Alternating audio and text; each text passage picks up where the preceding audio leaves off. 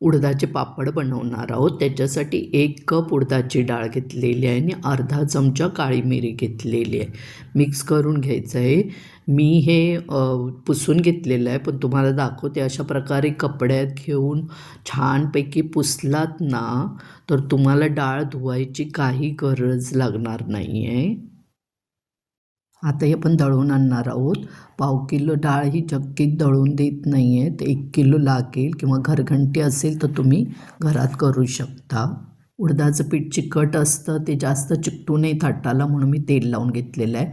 1 cup हे उडदाचं पीठ घेतलेलं आहे. अर्धा चमचा मीठ घ्यायचं आहे, चिमूटभर हिंग घ्यायचा आहे आणि पाव चमचा पापड खार घेतलेला आहे. तो सर्व असं मिक्स करून घ्या. अर्धा कप पाणी घेतलेलं आहे. ते थोडं थोडं घेऊन पीठ छानपैकी मळून घ्या. पीठ हे एकदम घट्ट मळायचं आहे. थोडासा तेलाचा हात लावूनसुद्धा पीठ मळून घ्यायचं आहे. मळलेलं पीठ ठेवायची काहीच गरज नाही आहे. तेल लावायचं आणि छान प्रकारे असं पुढच्या बाजूला ओढून घ्यायचं आहे.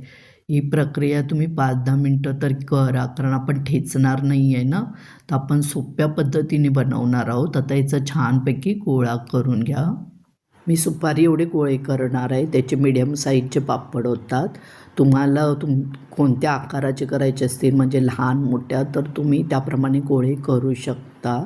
आणि इथे माझे एकूण पाव किलोमध्ये, म्हणजे एका कपामध्ये 18 पापड झालेले आहे. 17 मोठे झालेत आणि एक 18वा आहे तो एकदम छोटूसा झालेला आहे. पापड लाटताना ना एकदम छान पातळ लाटून घ्या आणि पिठावर लाटा, तेलावर सुद्धा लाटू शकता तुम्ही, पण पिठावर छान होतात, पटकन होतात. तर इथे बघू शकता एवढा आपला पापड झालेला आहे छानपैकी.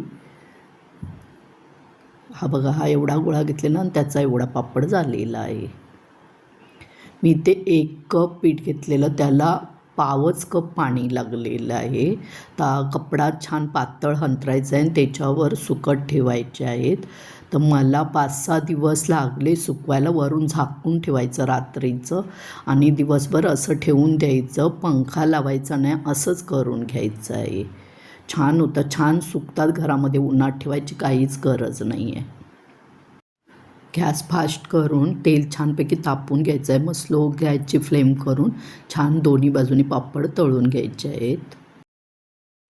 बघा, लगेच तुटत आहेत. छान पापड झालेले आहेत. चवीला पण अगदी छान झालेले आहेत आणि मस्त कुरकुरीत झालेले आहेत. तर असे तुम्ही बनवा आणि आवडलं तर like, share, subscribe, follow, comment करा. मस्तच.